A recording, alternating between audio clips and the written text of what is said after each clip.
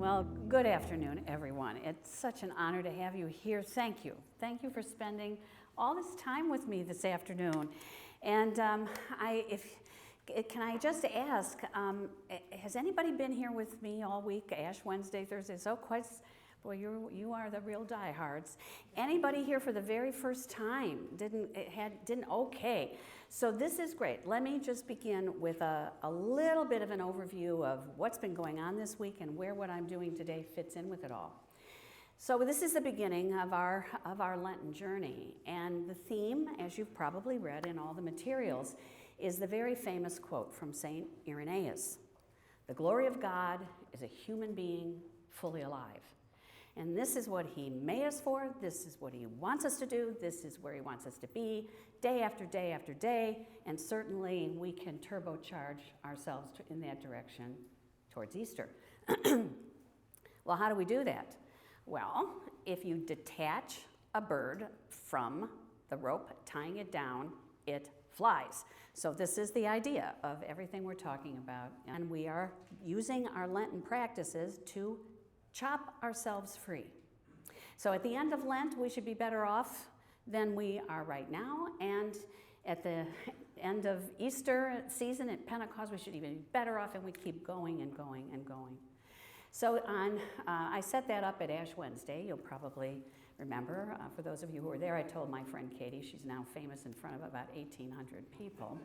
And then on Thursday, I talked about using the axes of sacrifice and almsgiving to turn our sacrifices into gifts and alms for other people and great gifts, the Queen's gift to God. And then yesterday I talked about using prayer as a way to heal many of our broken and wounded relationships so that the rope of old hurts and old grudges just dissolves and we're more free. So now today, you're here for the hard part, actually. For those of you who aren't here the first time, you showed up for the tough day. Because this is the day where I would like to talk to you about ropes themselves. And each of our 3 talks is going to be about a rope that commonly ties us all down. Some of you may be seriously tied down with these, others only lightly, but they are common ropes that are a part of the human life. And so being aware that they're out there and being aware of what they can do is important. My job is purely to encourage you to keep going, just to keep going. And you are carried forward by God through other people. Now, me personally, I am here, of course, doing this, able to do this, an adult convert who has only been at this about 15 years. If you told me this is what I would be doing 20 years ago, I would have laughed you right out of the room. Of all the people who have carried me forward, I am incredibly grateful to a few. One is my husband of 50 years. I've known him since I was 7 years old. He's not a believer. And he is, as he would put it, he is a stoic in the model of the ancient Greeks. And then there is the catalyst for my conversion, Brad Bennett, who is an evangelical Christian. And then is my instructor and my sponsor in faith, Father Peter, who has been such a generous sponsor of me and my work and encouragement all this time. So I'm here, by the grace of God, and a Stoic in the model of the ancient Greeks, an evangelical Christian, and a Catholic priest. And so the other one is, of course, the man that Father Peter introduced me to. And if you've heard me before, you've heard me talk about Father Joe. So Father Joe Henchy was my first confessor. He was my spiritual director. He was Father Peter's confessor and spiritual director and teacher. Father Joe lived with my husband and me for the last 5 years of his life, and he died at home with us 4 years ago. So this day is dedicated to him. So on Palm Sunday, 4 years ago, and 10 days before he died, Father Joe celebrated Mass from his bed. The second reading was the famous hymn on the nature of Christ from St. Paul's letter to the Philippians. Though he was in the form of God, Jesus did not deem equality with God something to be grasped at. Rather, he emptied himself and took the form of a slave, being born in the likeness of men. He was known to be of human estate, and it was thus that he humbled himself, obediently accepting death, even death on a cross. Now, I knew this passage was one of Father Joe's favorites, and it had been the subject of his doctoral dissertation decades and decades ago. So I asked him if he would preach on it instead of the gospel that day.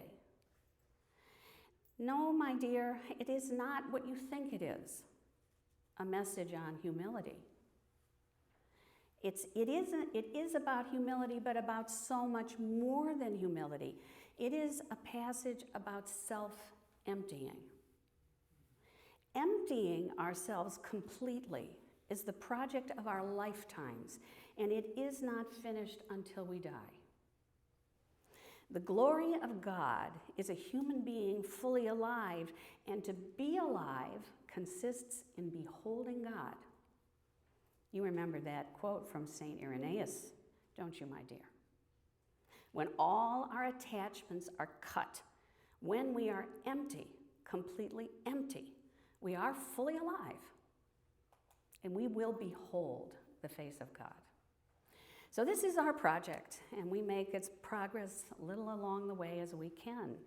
So cutting those attachments that weigh us down, working to make Christ more and more the center of our lives as we journey along, it has been my topic all week in big and small ways. So this afternoon, because we have a little more time to stop, to think, to reflect while we're all together, I'd like to offer a reflection on three of our most stubborn attachments. One is the ambition for competitive achievement. The second is our insatiable desire for control of a certain kind. And the last is our attachment to independence, which is really an attachment to life itself. So I'm going to begin with the first rope and ask the question, is our definition of success at work and at home helping or hindering our lives in Christ? So is our definition of success, what we think is successful, is it helping us or hurting us? And I wouldn't be asking the question if I was going to say that the answer is it's helping us, because of course it's not helping us. And so I want to talk about that and tell you first how I got started thinking about this question at all. So every year, the postdoctoral students at Northwestern University in every discipline, medicine, chemistry, engineering, history, sociology, music, gather at a conference to hear career advice, to get resume help, and to meet recruiters so they can find jobs now that their fellowships have ended. So one year, I was invited to be their keynote speaker. To help me prepare, I asked my host, as I always ask my host, how do I best serve these good people in the audience? And I was astonished at her reply. She said, what I'd like you to do, what I'd love for you to do, is give these sad and despairing people some hope for the future. And I thought, how in the world could these people, the cream of the university's crop, be sad, despairing, or hopeless? How could their futures possibly be so bleak? So she told me a little bit about the life of a postdoc. No matter the academic field, these men and women are used to being remarkably successful. From their childhoods through their PhDs and now their postdoctoral fellowships, they have been relentlessly ambitious too, climbing each rung on the ladder for one last brass ring, a permanent faculty position at a prestigious university. But now, always having been winners, they suddenly find themselves losers. because those plum jobs are few and far between, and they didn't get one. So now they're going to leave the university failed stars, not only in their eyes, but in the eyes of their more successful peers. And they're going to have to settle instead for a measly job in the corporate world or in some minor university or college. So my talk would come while they were still absorbing this massive psychological blow. So perhaps we can all empathize a little bit with this. How many of us ever climb high enough to touch the hem of our dreams? And haven't we all had the experience of being passed over at one time or another, despite working with all our might to succeed? When people disregard our efforts and praise the work of others, we feel like failures, and it makes us sad and despondent. Our self-worth wobbles. We might become angry or bitter or cynical. We might try to game the system to give ourselves better advantage the next time around, or we just might give up entirely. None of this is what God wants for us. For I know the plans I have for you, declares the Lord, plans to prosper you, not to harm you, plans to give you hope and a future. But do we believe it? I suppose yes, if God says so, we do. But it would be understandable if in the midst of our disappointment we replied, well, why won't you just prosper me right now? So the truth is we are being prospered right now. Whether the world calls us a success or not, we just don't see how. But I've actually learned it is easy to see on the days when I can manage to live the way Christ asks us all to live, in the world, but not of the world, at the same time. In other words, when I can make him my boss, regardless of who is signing my paycheck. Now, this is what Mother Teresa meant when she said, God does not call us to be successful. He calls us to be faithful. The success really is in his hands. So that's simple enough, right? But it's hard to be faithful and disregard a lack of success or not fail to strive for it when everybody around us is going for stardom. But if we Christian men and women don't gradually reorient ourselves and refocus our ambition to becoming more faithful, then we are going to risk the miserable fate of the seed sown among the thorns, the one who hears the message, but when worldly anxiety and the lure of money choke it off. That's a biblical quote. I didn't make that up. Such a one produces no yield. No yield. A barren child of God. A dead end. I mean, does that send a shiver down your spine? It sends a shiver down mine. So quick as we can, we have got to get ourselves out of those thorns and onto better ground where we can yield 30, 60, or 100-fold. By the grace of God, men and women more fully alive. So to find our way out, what I'd like to do is start with our childhood ideas of work. Now, when you were little, what did you want to be when you grew up? A doctor, a fireman, a ballerina, a teacher, an actor. As children, we did not worry about someday being the country's top neurosurgeon, the prima ballerina, teacher of the year, or an Academy Award winner. We just wanted to do what had captured our young imaginations.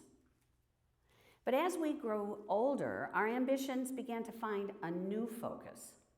My focus changed, and maybe yours did too, as soon as I started school. As my day began to fill with grades, class ranks, and prizes, I became keenly aware of how I compared to other kids, for better or for worse.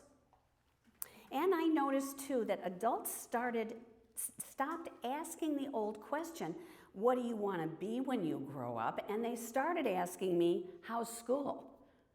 How are your grades? What's your best subject?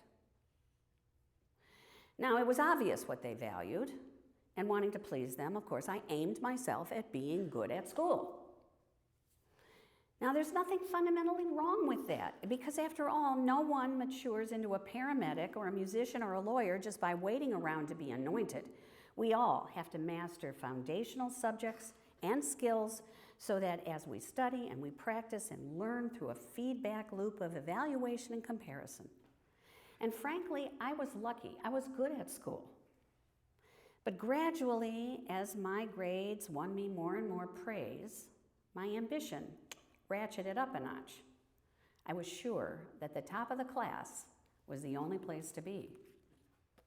Now today, as I listen to my friends, I find things haven't changed very much in 50 years. Instead of aiming at the top themselves anymore, they carry on the tradition and they push the next generation towards competitive achievement. Guess what, one says, my daughter is the class valedictorian. Guess what, my niece got a perfect ACT score. Guess what, my son won an international violin competition. Guess what, my granddaughter was just accepted at Harvard. Now somehow, the particular piece of music he played at the competition never gets mentioned, or the point she made in her valedictory speech, or the subject that she's passionate about on her way to university. Somehow all those things are tangential to the thing we all really start to value, pure competitive achievement. And so the thorns start to sprout. In the fully adult world where we live, ACTs, SATs, GPAs, class ranks long behind us, we're still craving for competitive achievement. We just play the game on a different field. So we set our sights on being the youngest head of our department, a millionaire before we're 30, a best-selling author, a Twitter sensation, a YouTube celebrity stardom. More than what we accomplish for others, more than our own satisfaction in our work. Inasmuch as those things are important to us, winning the greatness game is in the here and now is where it is at. And when they came to Capernaum, and when he was in the house, he asked the disciples, what were you arguing about along the way? But they were silent. For the way they had argued with one another about who was the greatest. So it wasn't just the Pharisees who were constantly occupied with status and precedence, but everybody, even the people Christ called personally to follow him. 2,000 years later, like the French say, plus ça change, plus c'est la même chose, you know? I sound like Bishop Barron when I do that. The more things change, the more they stay the same. So what if we lose that game, like my postdocs? What if I don't get tenure, or you don't get promoted? What if you end up reporting to somebody who used to be your peer? What if I write a book and only my mother wants to read it? What if instead of becoming acclaimed somebodies, we now end up life unsung nobodies? Once I was the father of a famous son. Once I was the son of a famous father. Now I am the father of a famous son. Though so goes the bitter-sounding remark of a man who was nobody, Abraham Mendelssohn. He was the son of the celebrated 18th century German philosopher Moses Mendelssohn and the father of the musical prodigy Felix Mendelssohn. How depressing it must have been to be Abraham, sandwiched between his extraordinary father and his amazing son. Who would blame him if he was scraped so hard by the thorns of worldly disregard that Abraham bled to death from despair? But this wise and faithful man was nowhere near those thorns because he was firmly planted in good soil. Once I was the son of a famous father. Now I am the father of a famous son. And so it seems that God chose me to be the link between the two. He found his self-worth not in the acclaim of others, but in the certainty that he had contributed to something bigger than himself, even if he didn't personally achieve anything anyone cared about. Or think about those boring begats at the beginning of Matthew. The list starts with the famous somebodies: Abraham, Isaac, Jacob, David, Solomon. But what about all of those names after the Babylonian exile? I won't even say these right. Abiud, Eliakim, Azor, Zakok, Eleazar, Mathan, even Jacob, the father of Joseph, husband of Mary. No stories, no deeds, no honors, just names and a place in a chain of procreation. But no one would call these essential contributors to salvation history, nobody. So whenever career disappointment began to unsettle me and the thorns of disregard started to scrape at my skin, I tried to remember Abraham Mendelsohn and those begats. And knowing that in doing my work each day with integrity and excellence in the name of God, I was contributing something important, whether I understood it or not. Even if in those contributions I never heard anything praiseworthy or anything in my lifetime at all. So it may be something that you say in that middle school English class you're teaching that will launch a love of poetry in the person who will become our next poet laureate. And maybe that experiment of yours that resulted in nothing but a footnote in some obscure journal will spark an idea in another researcher that ultimately cures a terrible disease. And maybe the integrity and the collegiality you demonstrate as an admin in the corporation with no direct reports at all will inspire a model of virtuousness in someone who someday leads thousands. And maybe a century from now, one of your great-great-grandchildren will be canonized a saint in our church because of a lesson your family passed down as a result of something you thought about in this very hour. Every one of those achievements belongs to you as much as to the person in whom God brings final fruit. And it wouldn't have happened without you. It wouldn't at all. So by doing whatever work we're called to do with excellence, we serve the infinite good and we take root in good soil, unperturbed by anyone else's definition of success, confident we're contributors, and the fruit will come in God's own good time. But disregard is the only one kind of thorn here in this briar patch of worldly anxiety. So now let's have a look at what happens if our fortunes go the other way and we become the toast of the town. Let's say your hard work gets you everything you desire. You're made a partner in your consulting firm, top-ranked salesperson in the president's circle, or a prize-winning creative in the advertising industry. Everything seems bright and beautiful, but the thorns are waiting. If disregard makes us fear we're nobody, then fulsome acclaim seduces us into thinking that we are really somebody. And in the extreme, the only body, exclusively entitled to the credit for our achievements.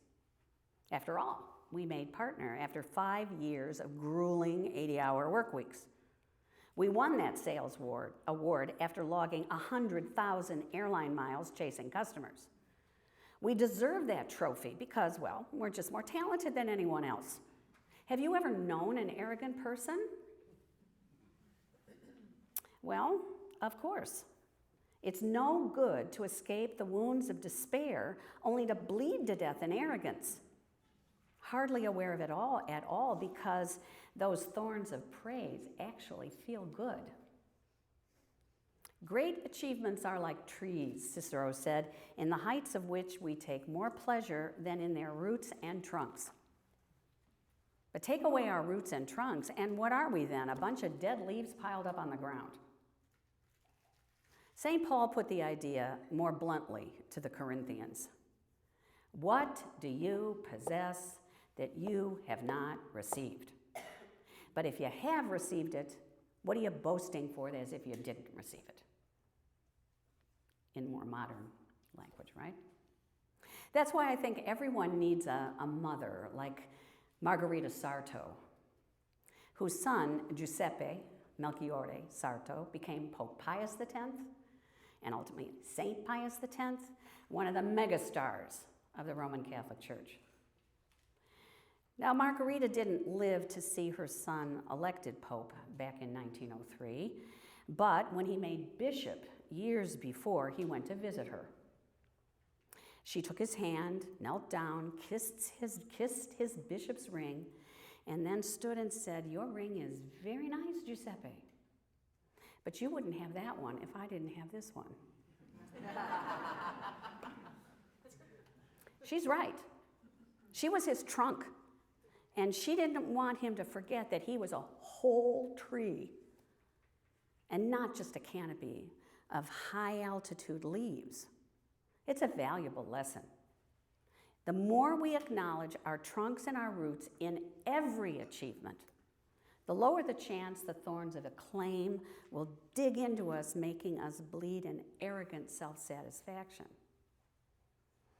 Just how dense my own root system occurred to me one time in one of my very rare brushes with stardom.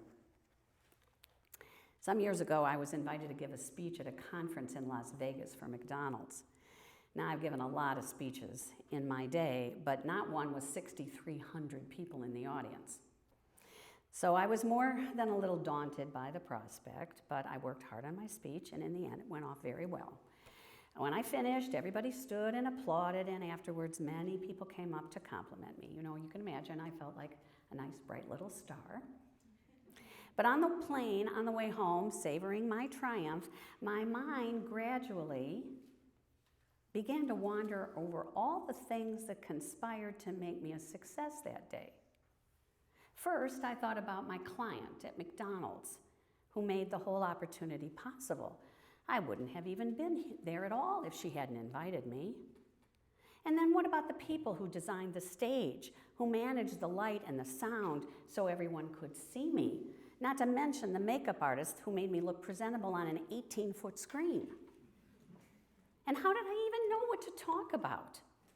Everything I had to say, in fact, everything I'm saying right now is the result of things I learned from other people. Whether the learning happened in a classroom or through a book or in a casual conversation, other people have stimulated me, encouraged me, and sharpened me into the teacher I am. Where would I be without all those people? And if we really want to be broad about it, sitting in my comfortable seat on Southwest Airlines, I thought about how dependent I am on the skill of the pilot, the training of the flight attendants, and all the people who clean, maintain, and fuel the airplane. I wouldn't even be able to get to Las Vegas without them. And then what about the engineers who designed the plane, the researchers who uncovered the secrets of aerodynamics, and the ancient mathematicians and astronomers on whom all their work is based? An entire universe came together to put me on a stage at the Venetian in Las Vegas. If I'm a star, then I am one sitting in the midst of the vast Milky Way. When we remember the others who made our accomplishments possible, we recognize just how much we owe them. We can't help but we just overflow with gratitude, which is a spontaneous hymn of praise. The praise God wants, the contribution of others. Don't give me those bullocks and goats from your farm. Offer me a sacrifice of thanksgiving. Recognize you're a part of something bigger. The communion of saints, the body of Christ. So swept up in that community and grateful to the people who came before us and confident that God will prosper our contributions, we just aren't bothered anymore. either by the din of praise or the silence of its absence. The thorn bushes around us, they just wither because they can't provoke us anymore into despair or arrogance. We go to work every single day to do the work God gave us to do, to the very best of our ability, accepting our wins with detachments and our losses with grace too. We don't need that kind of feedback about our worth anyway. We already know we're truly worthwhile people. We're part of the plan. The soil is good. The sun is bright. The fruit will come. Now, before I finish, I'd like to leave you with 4 practical ideas about how to cut these thorns of attachment to worldly success and cooperate with God as He moves us ever closer, gradually, to fruitful ground. Number 1, first, remember the people who made what you do possible. Now, one of the advantages of being older is you can stand on the hill of your life and look back over all the people who brought you where you are today. You can see how one encounter with a person led to another with another, which led to something else, sometimes seemingly by chance, and how you were passed along hand to hand like a baton in a relay race. Edith Stein, St. Teresa Benedicta, wrote that she thought she went to study philosophy at the University of Freiburg because she wanted to work with the philosopher Edmund Husserl. But looking back, she realized that God put her at that university so she could have a conversation with a friend one day sitting on a bench in the quad, during which he urged her to read a book about Teresa of Avila. That book sparked a conversion from her Jewish upbringing to Roman Catholicism, into entry into the Discalced Carmelites, to Auschwitz, martyrdom, and sainthood. Who would have thought? So try it.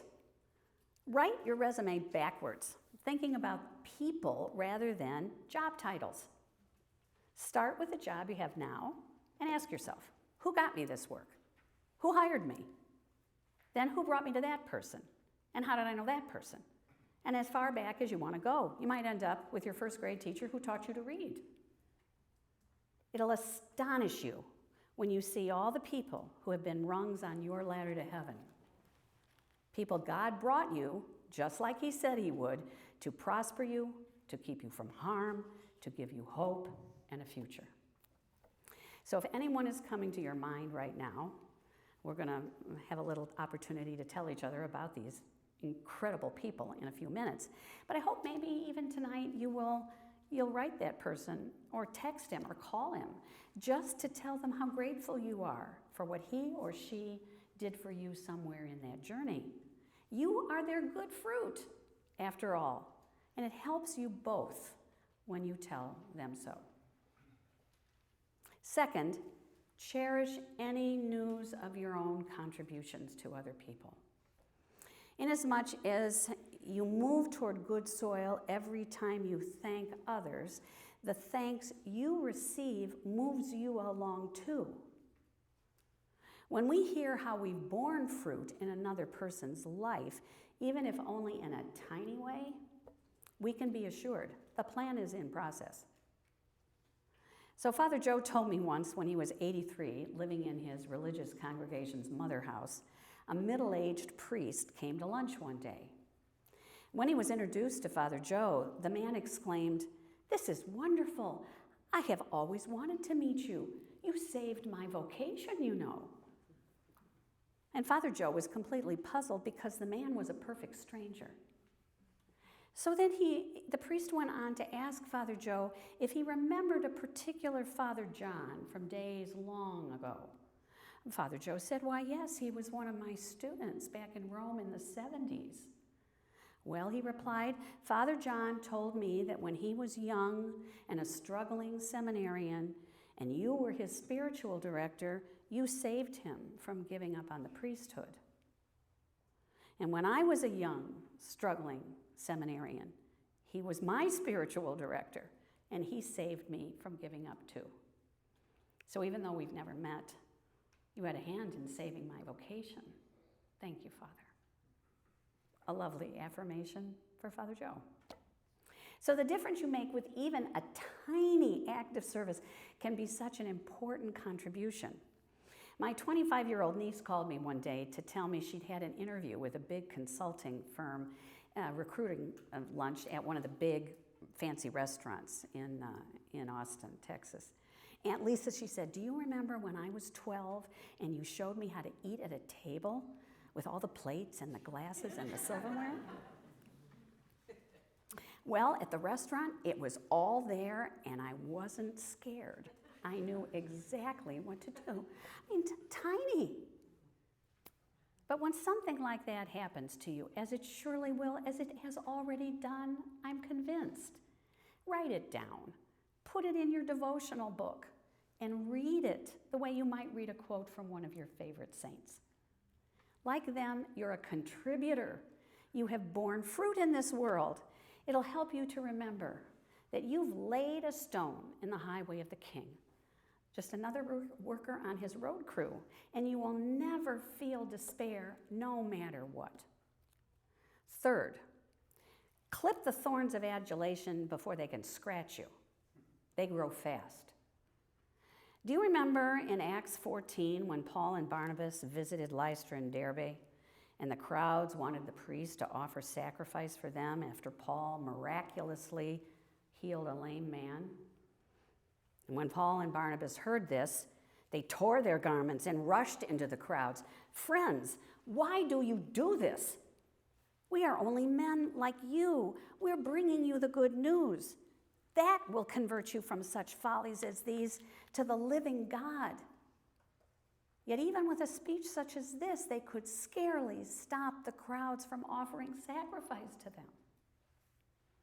It seems that there's nothing the world likes better than making a star. So knowing for certain that you will do many, many things for which you deserve much, much praise, I'd suggest the next time you're singled out, take a moment, be proud of yourself. You should take pleasure in your accomplishments. And then fast as you can, ask yourself, whose work enabled me? Who helped me make my achievement possible? Who encouraged me along? Treat adulation like a hot potato and throw it away by sharing credit with someone who deserves it. And no one will ever in your life call you arrogant. Fourth, and as I've said it before, I'll let St. Paul say it, whatever you do, work at it with your whole being. He didn't say this, but I'll say this. There is no such thing as bad or unworthy work. Do it for the Lord rather than for men or the money or the praise or whatever. Let's aim our ambition at excellence rather than worldly success. So do I do everything with the absolute best, to the absolute best of my ability? I'm sad to say, no, I don't always. Sometimes I'm lazy. Sometimes I'm complacent. And for a long time, too, I was influenced overmuch by a colleague who was very fond of saying, in his cynical way, work not worth doing is not worth doing well. Now today, I realize there is absolutely nothing that could be further from the truth. There is no such thing as work not worth doing well.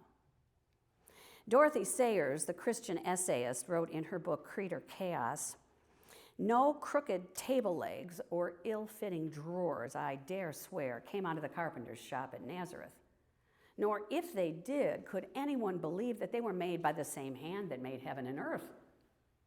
What the church should be telling the worker is this, that the very first demand his religion makes upon him is that he should make good tables.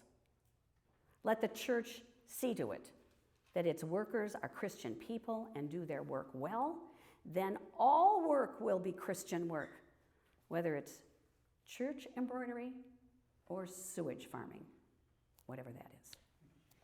When we do the work God has given us to do, no matter what it is, whether we get paid a lot or a little or nothing at all, no matter what other people think of it, and we do it with our whole being and for Him, we imitate Christ, who said in his last prayer, I have given you glory on earth, Father, finishing the work you gave me to do. So if little by little we work at it, I think you'll be astonished at what happens. We'll leave that thorny path we once walked, scraped by arrogance and despair, to stroll this wide, smooth boulevard of contribution, full of gratitude and of hope. We'll go from craving to be bright little singular stars to knowing we are an essential piece of something more glorious than we can imagine. And we'll pray the last line of the Lord's Prayer with real gusto. For thine is the kingdom and the power and the glory forever and ever. Amen. So thank you for listening. God bless you. Thank you.